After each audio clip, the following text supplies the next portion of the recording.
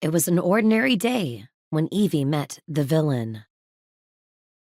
Another failed attempt at the job fairs in her village. Another day with no source of income. Another day she was letting her sick father and little sister down, which was why her mind was preoccupied as she wandered to the trees lined like fences at Hickory Forest's edge, and walked right in. The forest had once been frequently populated, but was now the very last place anyone with common sense would choose to wander, especially alone.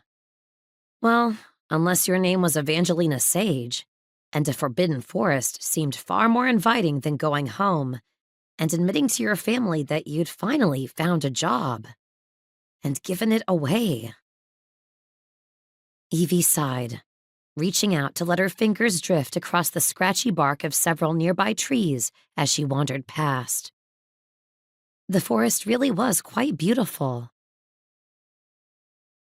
The kingdom of Rennedawn was one of the more modest of the enchanted kingdoms, and avoiding Hickory Forest, when it took up so much of its land, was a challenge. Still, its citizens had managed it well enough so far.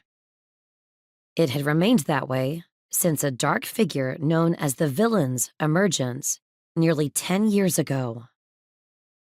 There were too many rumors of him hiding out near the forest's edge to steal victims to torture.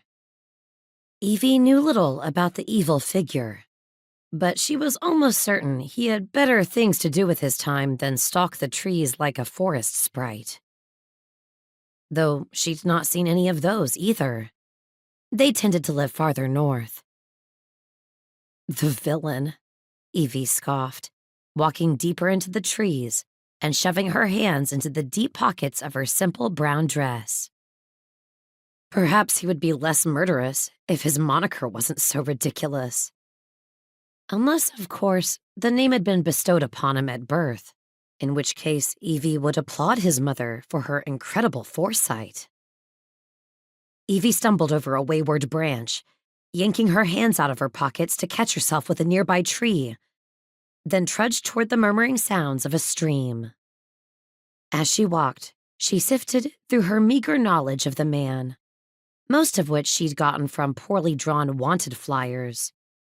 In them, he was always portrayed as older, with a gray beard broken up by large scars running down his face from grappling with his victims.